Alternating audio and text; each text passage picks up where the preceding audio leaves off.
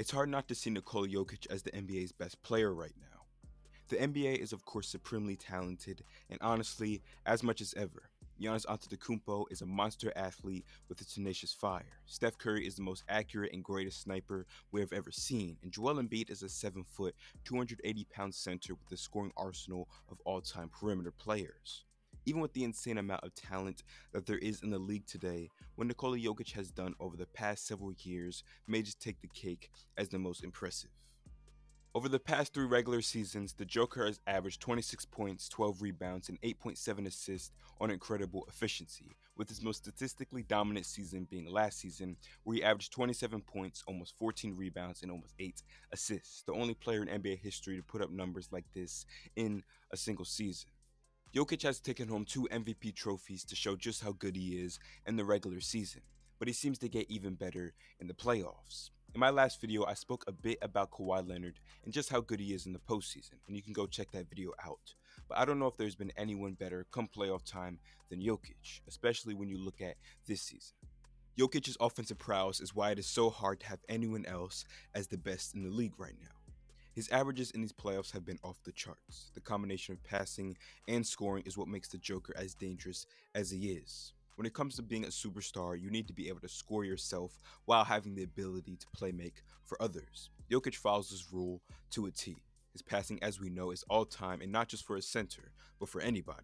The fluidity in the Nuggets offense comes directly from the big man and the split-second reads he makes, and this combined with the passing talent is extremely impressive, and his passes confuse me sometimes.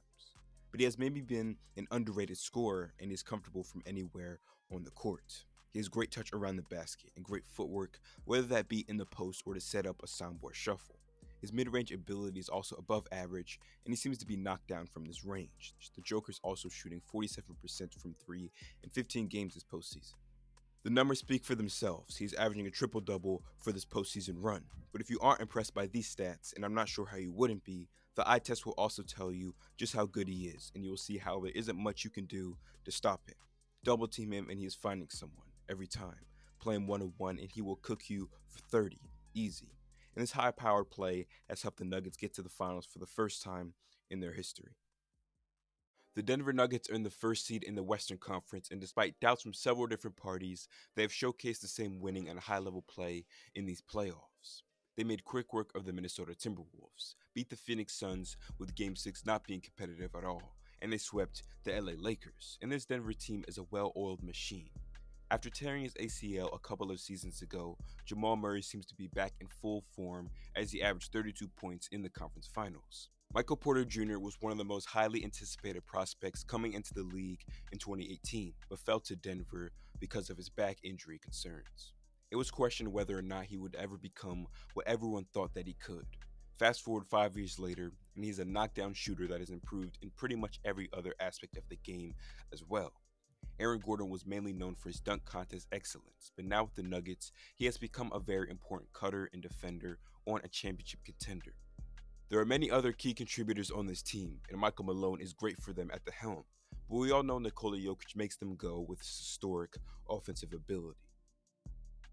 We started this video highlighting some of the league's best and just how talented the NBA is today, but I don't think Nikola Jokic has given us any choice but to have him at the top of all of our list. Giannis Antetokounmpo only played 3 of 5 games in the first round versus Miami, but his offensive limitations still showed up later in the series, which hurt his team's chances of winning.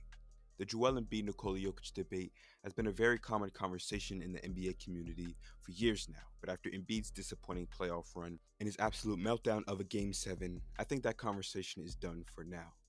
Anthony Davis is inconsistent. Kawhi Leonard can't seem to stay on the court. Kevin Durant has been disappointing these last 2 playoff runs.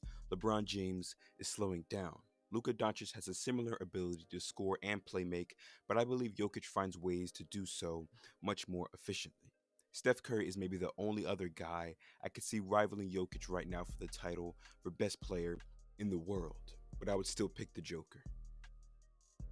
We are witnessing a top offensive talent of all time, no question. There aren't many players you can name with a better combination of passing and scoring. The flawlessness in Jokic's offensive game puts him at the number 1 spot in the league, and pretty comfortably.